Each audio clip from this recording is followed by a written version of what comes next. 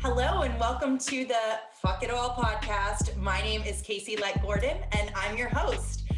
I am having a total fangirl moment because I get to sit down with one of my favorite brands and two women that I have just come to love following, Candace Ourisman and Ashley Bronczek of SecretlyGifting. Hello, ladies, and welcome. Hello. Thank you. Hello. We're so happy to be joining you.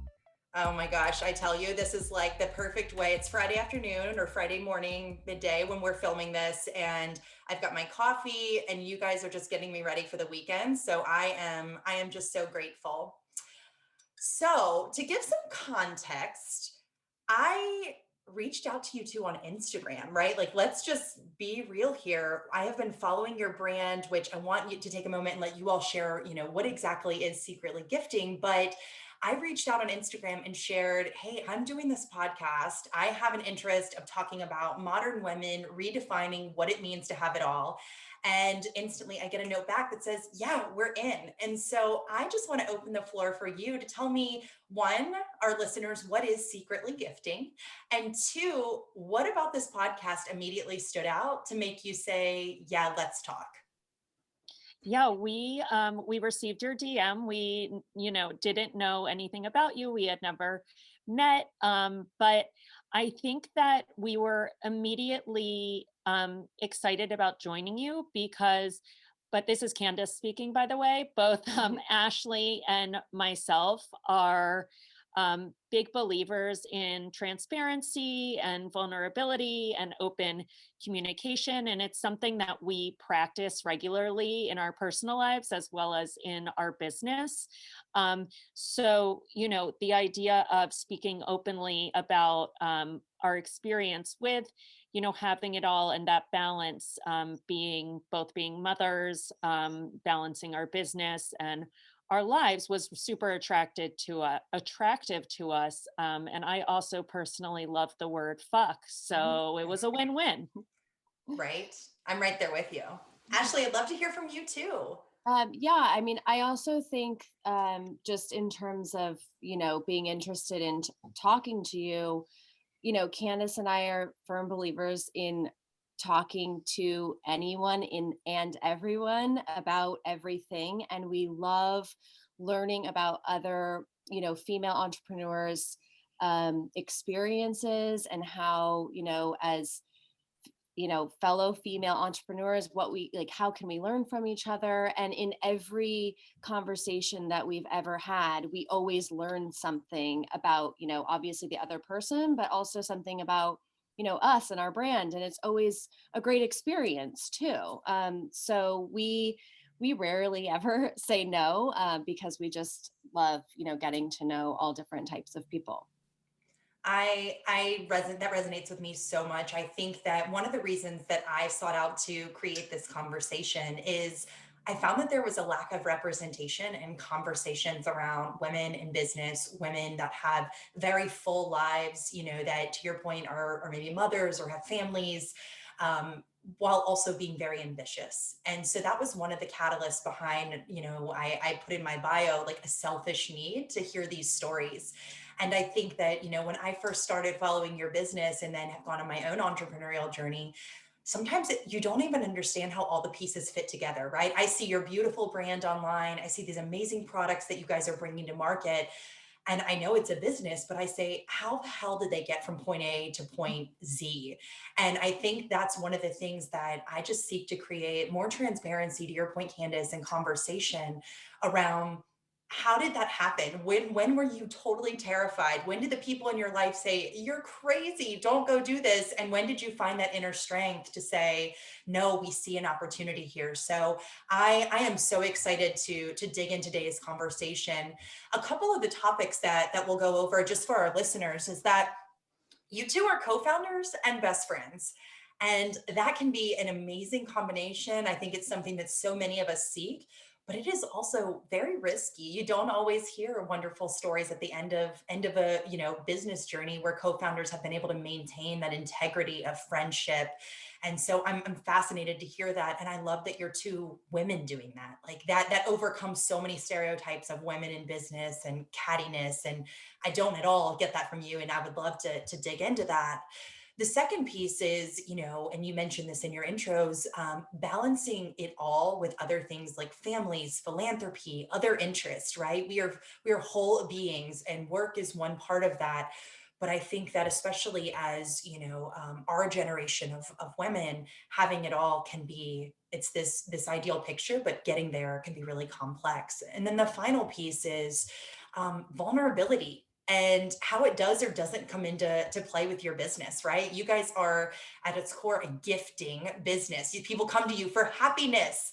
And how do you bring in some of that vulnerability and maybe some of the less shiny while still being authentic to what people come? So these are all topics that we'll dig into. And I would love to start at the top with best friends, co-founders, Secretly Gifting. Give me the story, tell me about the business, and talk to me about the real talk conversation you guys had to have as going from friends to business partners. Sure. So, first, to give your listeners some background about Secretly Gifting, and then I can kind of touch on our origin story, and Ashley can take it on from there. But so Secretly Gifting is a gift concierge company. We are based in Washington, DC, and we are, our ultimate goal is to be recognized as the nation's leading gifting experts. We saw a hole in that particular, whether it's a personality or a brand, and that is kind of our pie in the sky goal, is for if somebody closes their eyes and thinks of who is the gifting expert, Secretly Gifting, and Ashley and I kind of pop into their heads. So what a gift concierge business, what that means, because a lot of people don't even know what that means. It's not something that's common in the United States. It's much more common in Europe. Basically, what we do is we help individuals and corporations with their gifting. And whether that means elevating a gifting program at a huge company like American Express, which we have had the pleasure of working with, or it means helping a totally clueless husband with a 5th anniversary present, we are here to help and to provide gifting solutions by ways of concepts, research, procurement, and delivery. We handle everything from start to finish. And as a woman who has received a bedazzled Falcons jersey, No, I desperately wish my husband had known about you a few Christmases ago. So that's incredible. For all our male listeners as well, take this blessing right here and realize that you have this amazing resource at your fingertips. God love my husband, but He tried. He tried. So we execute. They try. We actually. There you go. Yes, we say we do the work and they get the accolades. Yeah. So that is basically the primary function of our business. Kind of an ancillary function of our business, and we can talk later about this, that has come more to the forefront because of COVID, is we have an online store at secretlygifting.com where we curate kind of like the coolest, most unique giftable items. And we also host pop-ups throughout the year. Now, we used to travel for these pop-ups to California and all over, and then we have some in DC, but now we're having kind of in-person appointment only pop-ups. So that's the other facet of our business that, again, because of COVID, has really taken a bigger piece of the pie. And so that is what we do. Ash, why don't you tell how we got started? Yeah, so Candace and I have been friends for the past dozen years, and we've kind of gone through a lot of different life phases together, meeting our significant others, weddings, children. And after we had our first couple of kids, we've both always been very creative, and we started traveling together. We both love the theater. So we have a lot of shared passions. And I think we were both getting a little bit itchy, and we wanted to kind of re-enter the workplace, but we really didn't feel like there was anything out there for us that would allow us the freedom to also be able to be, moms of really small kids. Because, as any mom knows, with really young children, there's always this like dance of like, oh, my kid's sick, I need the flexibility to be home with my child. And we just like hadn't really figured out what that would look like. And on one of our trips to New York, we were going to see a show. I don't remember which one, because we've seen many together. Probably Dear Evan Hansen for the sixth time. Probably Dear Evan Hansen, yes. We were having lunch with a fellow female entrepreneur, and she was kind of just asking about our lives, and we were talking about this exact subject. And basically just we were already helping other men and women with gift ideas. People were always coming to us because we were already really good gift givers in our personal lives. And we were just kind of, it was just like a very, easy conversation about what our lives kind of looked like. And she said, I think that you guys have a business here. Like, you could turn this into a business. And we were like, oh, we could? We're like, we could monetize this. We could make money instead of spending money. Spending money? Okay. And so the wheels like slowly started spinning. And on the train ride back to DC, we were like, we should do this. Why not? And so we started brainstorming, what would this look like? And within like 3 months, we hit the send button on an email to just our personal network. And from there, it just snowballed. And we realized like, oh, wow, there is actually a need out there for more than just our, small network. And now 3.5 years later, here we are with a, fun and successful business. So it's kind of crazy. We pinch ourselves all the time because we get to do what we love with each other, and it's just really fun.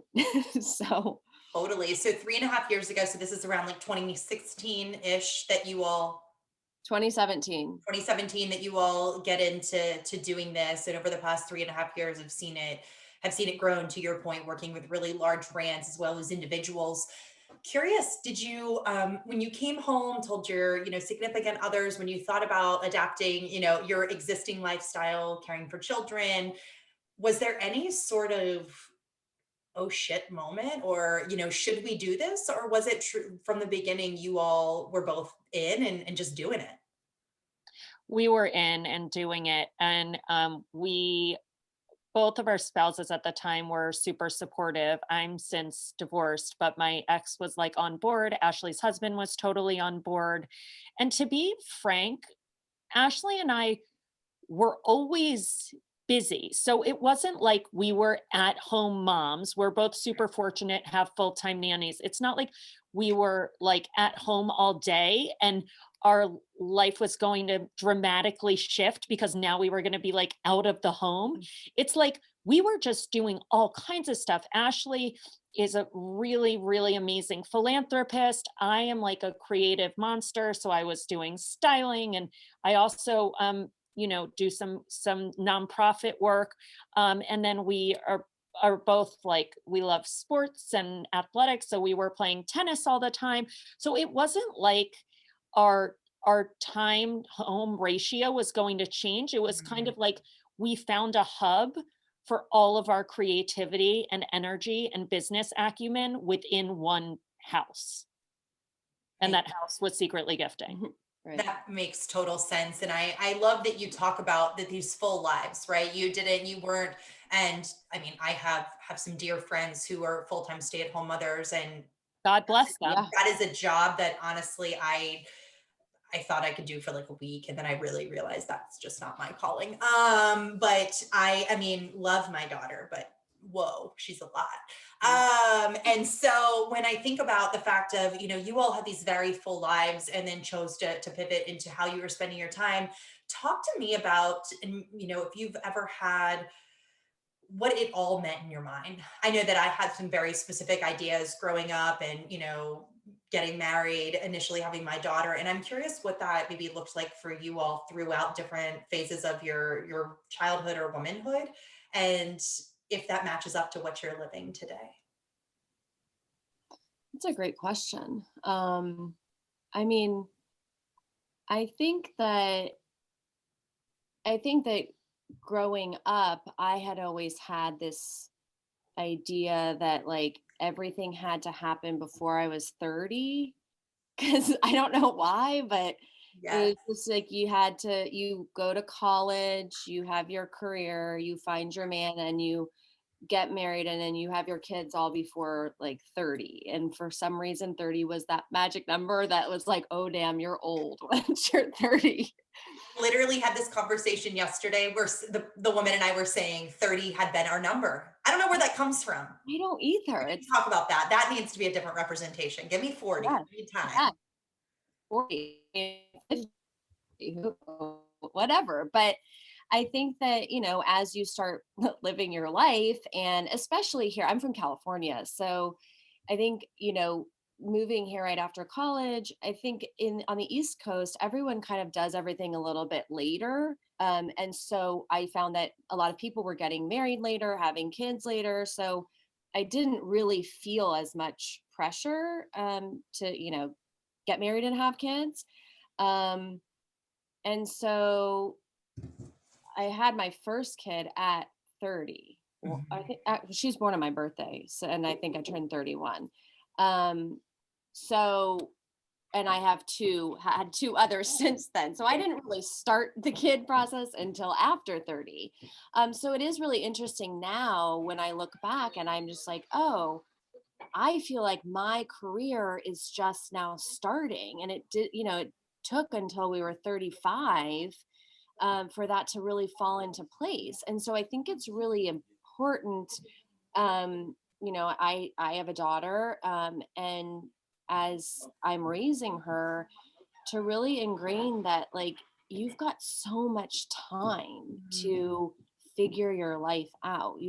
There isn't a magic number. I mean, and I think that it's really hard as women, where this like time, this idea of time and kids is really pushed on us at an early age, which then I think forces us to like pigeonhole ourselves into something that maybe we don't want to be doing, but we're doing it for the sake of time. And I think if I had, when I was in college, had thought like, oh, I've got another like decade at least to figure out, 15 years to figure out what I want to do, my life may have taken like a different turn, in terms of work. I mean, I'm so happy that it took all the turns it did. And now I'm here, at 38, living, such a, fulfilled life. But it is interesting to think about like at different ages, what we think a full life means. That hits home to me so much. I mean, one, the 30 timeline, I think for so many of us exist and maybe just feels far enough off, but enough of a pressure that there's something after college, if that's your path, that, you have to do. And then to your point, I have a daughter, and Candace, I want to hear from you as well, but I have a daughter, and I think a lot about how do you give enough pressure so that they do channel some of the good traits that come with ambition and wanting to set goals and that time bound nature, but not do it in such a way that makes them rush the organic process of just growing and being. Because I think that, I'm 31. You said that, you were 38 and started your business at 35. And when I think about, I feel like I'm just now coming into a confidence that I know how to bring my best self and my best talents to the world. And to think that I would have done that 10 years ago or 5 years ago That's such a like fallacy, right? Like that, and I think you hear from so many women that say, I hit my stride when I was in my 40s. And that excites me to think, oh my God, the next 10 years can be so exciting, versus it being this maybe biological clock of certain things having to happen. And this has come up quite a bit in our conversations. Candace, I'd love to hear from you on expectations around it all and maybe how those have evolved over time. Yeah, that's so funny you said the word evolved, because I was going to say, like, my expectations and kind of dreams of having it all have just greatly evolved from when I was younger until now.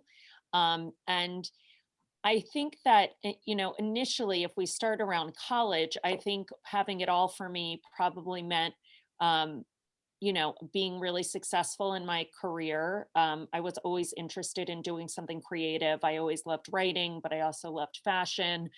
So I started my career in fashion and did very well, very um, pretty quickly. So that was definitely high on my list. And I think I always, like a lot of women, really prioritized, finding a husband and finding that like perfect man who's going to like complete me.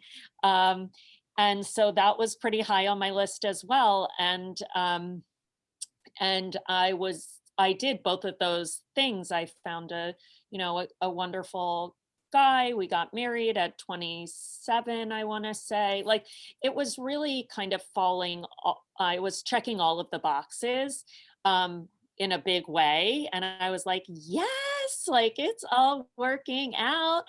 um and then life definitely threw me a curveball, because like I mentioned before, I wound up getting a divorce, which is, of course, not something I anticipated happening, and was a very traumatic and difficult experience. Um, and it took me a while. I've been divorced for like officially for about like a year now, maybe a little less. But now, to me, having it all is really focused around an internal feeling, like how I feel on the inside, and it has much less to do with what my exterior um, kind of uh, accomplishments look like. Um, it's more about, how do I feel when I put my head down when I go to bed? Do I feel fulfilled? Do I feel happy? And then I try to reverse engineer my life to add things that add value to my life, that make me feel the way that I want to feel. And I have found that when I do that, I then become a more successful businesswoman, a better friend, a much better mother, which is like probably my number one priority, um, raising amazing humans. So for now, having it all really means, what do I feel like? It's much more nuanced and abstract and heady, and it's much less like bippity boppity boop. Like, that's not life. Like, we all wake up with ourselves, we go to bed with ourselves, and I don't care if you're married or not married or dating. If you are not feeling good, it's not good. Totally. There's a great book, and since you love the word fuck, you'll love it. It's The Subtle Art of Not Giving a Fuck. I don't know if Yeah. you've read that, but that I read that about probably 18 months ago. And there's a concept in there where they talk about goal setting based on, to your point, a feeling, or these things that live on a sliding scale versus achievement oriented goal setting. So you say, I want to have this kind of job. I want to own my own business, or I want to make a certain amount of money or get married. And once you accomplish those things, and so much of our life is achievement oriented, once you do those, check it off, there's often a sense of emptiness or a lack of fulfillment that then happens. And I know I fell victim to this so many times throughout my life, especially as someone who very much is, um, achievement oriented. I look externally for a lot of, approval of I'm on the right path. And it was reframing to say, if you're, to your point, whether it's a happiness, I want to feel happy, I want to feel fulfilled. They use the example of honesty. And, if I'm honest, I could be having a conversation with my child or in business or, with myself. And that ability to be honest is much more of a constant honing of a skill and a feeling versus achieving a thing. And it was a really powerful reframing to me. And I think that I wonder sometimes if you almost have to achieve the quote unquote thing and feel that dissatisfaction or the emptiness in order to then appreciate the feeling of feeling whole or feeling good. It's almost like, your parents can tell you, but until you do it yourself, you're not willing to listen. I don't know if that resonates Yeah. at all. No, totally. Like, I was married, I did it. Did it like make me happy? And did all like the birds start singing? Nope, that's not a thing. That's not a thing.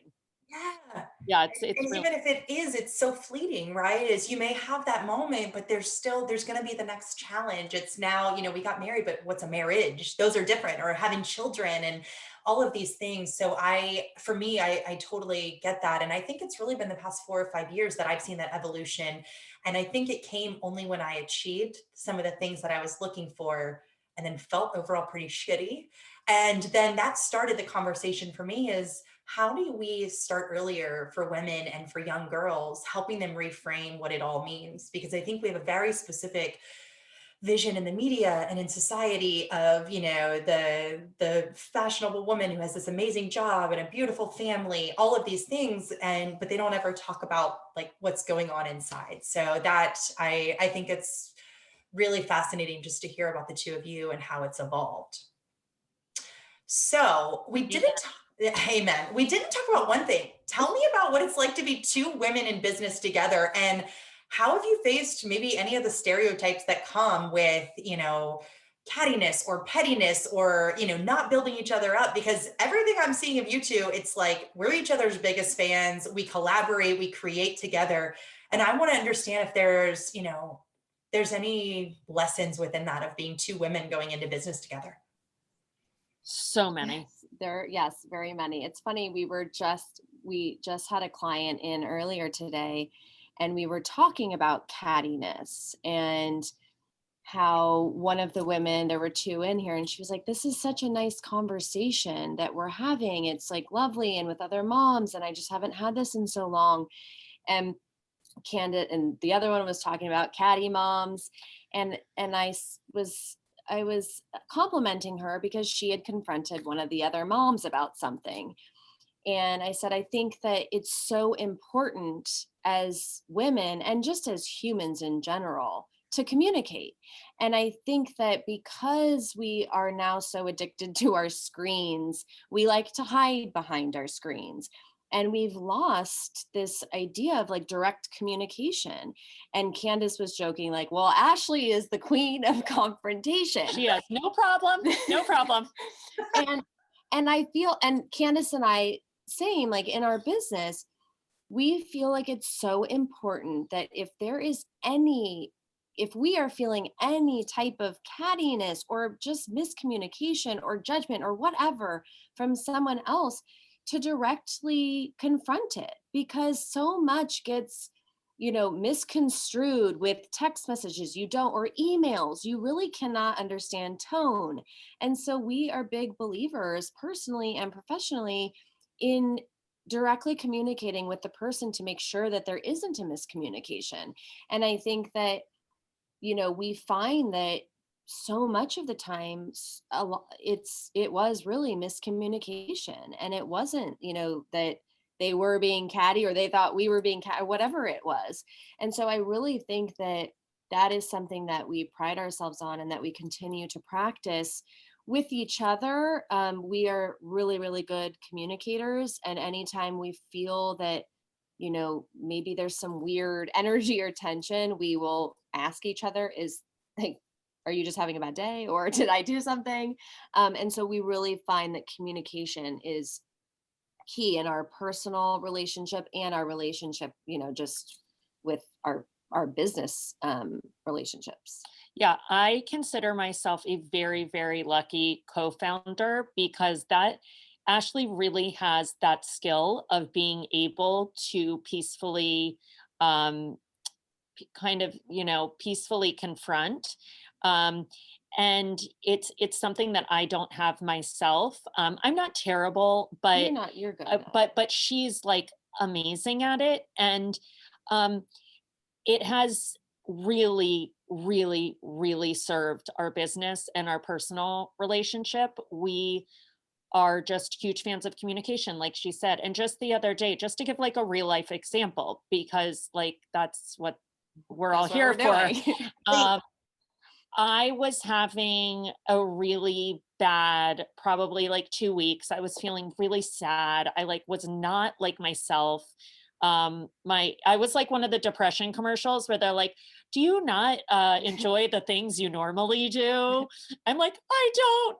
I'm imagining you as sad and inside out, like you're touching things and they're becoming sad. If you've seen the Yeah. movie, that's what I'm imagining right That's literally was me. And I was trying to kind of grin and bear it and just get through it and white knuckle it, whatever you want to call it. And that's my personality. I'm like a very actually like positive person, like high energy, a total lover. So when I feel that way, I'm just like, I'm going to get through this. I just need to like pretend it's not happening, which is the worst thing you can do. now. Totally makes you feel shittier, but keep on going.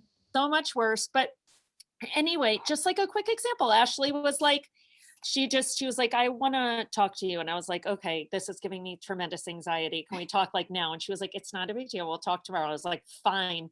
So I come into the office and she literally, it was just like, what's going on?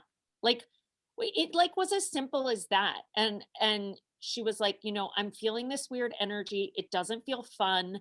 It doesn't feel like it usually does. And I was just like, thank you so much for saying that. Like, I always appreciate like feedback and confrontation because it's the way to go. And I was just like, thank you so much for bringing it up. You have done nothing. I am like in a very weird place. I apologize because I felt like I wanted to take responsibility for the energy I was bringing to our friendship and our company. And then it was honestly like weird magic, juju. It like released. And that's what people don't understand. Like, it's a je ne sais quoi. You can't even fucking explain it. But if you bring something to the table and you both recognize it and you like realign and you're on the same page again, it's like, poof, bye. And like And it was moving gone. on. And it was gone. Totally. I love that you guys have that though, because what I'm hearing is that it's not just a friendship of, hey girl, I'm here for you, but it's also a friendship of growth, right? Like you just both complimented each other on things that hey, you're really strong at this, or I'm better at that. And that you use that as a thing, not to say, well, she's better at that, so I suck at it, but rather I learn from. And I think that is such a powerful reframing. And every podcast that I do, I somehow mention Brene Brown because she's like my spiritual guide. So like, well, why not bring in Brene? But she talks a lot about there's a very fine line between I'm better than and I feel less than. So the minute that you start, doing that kind of hype up in your mind of, oh, so and so, it usually is your own insecurity that comes across. And I heard that a couple of weeks ago, and I cannot tell you how powerful that has been to me. That I'll have a conversation with my sisters or a friend, and I'll start feeling maybe a little defensive. And I recognize very quickly, it's my own insecurity about how I'm mothering or how I'm showing up or how productive I've been. And so being able to self-realize that and then lean into the people around me who do hold me accountable in a beautiful way, not in a shaming you can't do it, but hey, I'm here for you. And can we talk? To your point, it's instantaneous that you just feel better. You feel lighter because somebody else is sharing that load with you. And that to me is like the most beautiful part of sisterhood, to have that. And I think for you all to bring that as women founders and a business that does produce a lot of content, a lot of products for women, I think is really powerful. Thank you. And I think that also something that we didn't realize when we started the business was that, again, we started it on a train ride home from New York in like a day. And we just really believed in our friendship and each other that it was going to work. But what we didn't realize is that we both really do have very different skill sets, which really complement each other. And I think that, while I'm, the process organized systems person and Candace is like the creative, we both come together in really, wonderful complementary ways, and we help each other grow in the ways that we're, not as comfortable in. And I think that that's been like amazing, because if we both were, one way, I don't think we would still have a business.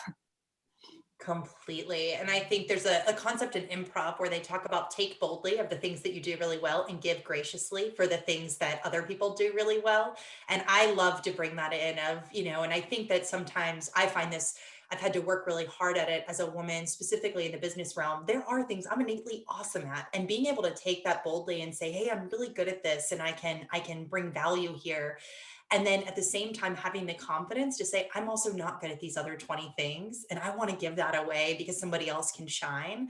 It's taken me personally a lot of time and a lot of, I think, lessons of realizing, your point, Candace, earlier, that like, I feel shitty if I don't acknowledge those things I'm not good at, and I try to, maybe fake it till I make it. I find that it's so much better when I can just own the things that I'm innately great at, and then give those that I'm not and other people are. Totally. 100%. All right, so this has been, I'm loving this conversation. I want to do some rapid fire. I find this to be just fascinating. And so I'm going to, you guys can pick how you want to answer. We can do it in either or, maybe like a bounce back and forth. So what is your... You pick the person, okay, and then do the question, or else we'll spend it. It won't be rapid fire because we'll just be like, you. You're like too nice. Okay. You're giving too graciously, ladies. Yeah, okay. I'll be like, Ashley is the best answer for that. Okay, we're gonna start with Ashley. Okay. What is your superpower? This can be something that you know about yourself or others tell you. Giving. Yes, I was gonna say that. Yes, I win. I love this. And if you follow their Instagram, go look at it right now at SecretlyGifting, you will know that is truly the superpower. All right, Candace, who do you admire? Oh my gosh. I would say my mother. Oh, I knew you were gonna say the most, for sure. She was a Baltimore public school teacher for 25 years, an educator, a New Yorker, chic, a voracious reader, fashion, theater. She was everything. Ugh, I have chills just thinking about this, like, badass New Yorker teaching kids in Baltimore, looking amazing while doing it. Like, literally, that was her. And she was a giver too, like Ashley. And Ashley and her share a favorite color. And I weirdly, I don't know, there's some weird woo-woo stuff going on here. Isn't it amazing? When you give into the woo-woo, you just start seeing it everywhere. You really do. All right, Ashley, what is a simple pleasure that makes you really happy? Reading. What do you like to read? Anything. Anything. I mean, I love reading books. But like fiction, nonfiction. I go back and forth between fiction and nonfiction. And I'm a daytime nonfiction, nighttime fiction. I get in my own head at night. I start thinking about all my self-help. I can't go to sleep. So I gotta balance that. That makes sense. Yeah. I fall asleep like right away when I'm reading at night. So she can finish a book in like a day. She's like a freak reader, and she reads all of the books all of the time. It's insane. Okay, I feel like we have to have a follow-up of maybe even just a post of like your best reads, because I am always looking for my next one. It's been I actually have an Instagram. She has an Instagram. Okay, well, done. Look at that. Solving the world problems. So my girlfriends and I, for any of you listening, this has been our quarantine way to keep in touch. Is I have a girlfriend in Monterey, California. I have one in DC, and I'm in Atlanta. And we started a book club. And it's been the most wonderful way for us to catch up. And it gives like purpose. I'll tell you, one of us never reads the book, but we do have wine, some kids and dogs running in the background. It's lovely. Okay, back to our rapid fire. Candace, okay. Finish the sentence. When my power is shaken, I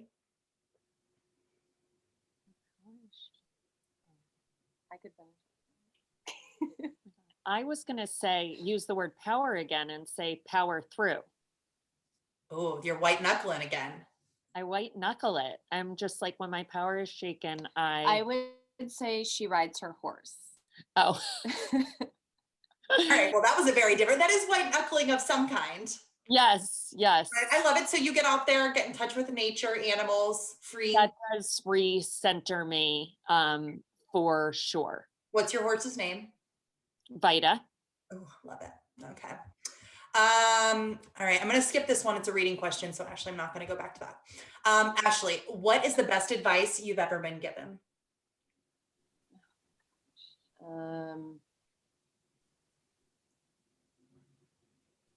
Okay, let's see. I know this is rapid fire. This is a hard one. You're good. We can do medium fire. Yeah. I would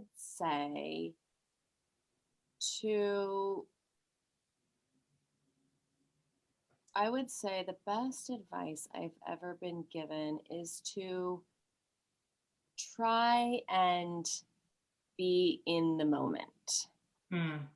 I struggle with that. Which is very difficult for me. So I don't necessarily follow that advice, but it's the best advice that's been given to me.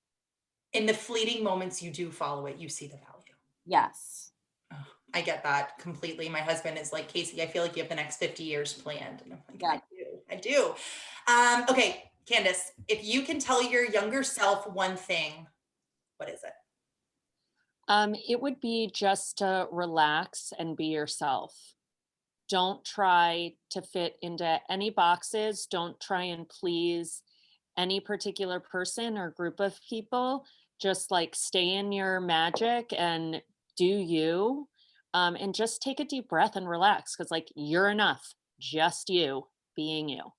Ooh, stay in your magic and do you. That's like a bumper sticker waiting to happen. I'm going to ask you the same thing, Ashley, because I just think that's such a powerful question. If you could tell your younger self one thing, what would it be?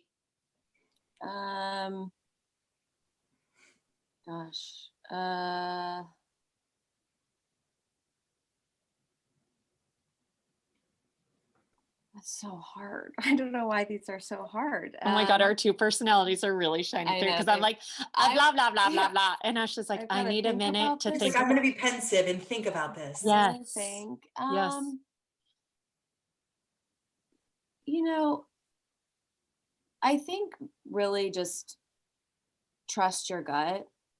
I mean, your gut always serves you well. And I think that so many times when we're younger, we don't do that because we're not supposed to, or we're following the advice of someone else. And when we really go against what we're feeling, it just never ends up working. So I think that always follow your gut, and it truly always leads you to the right place.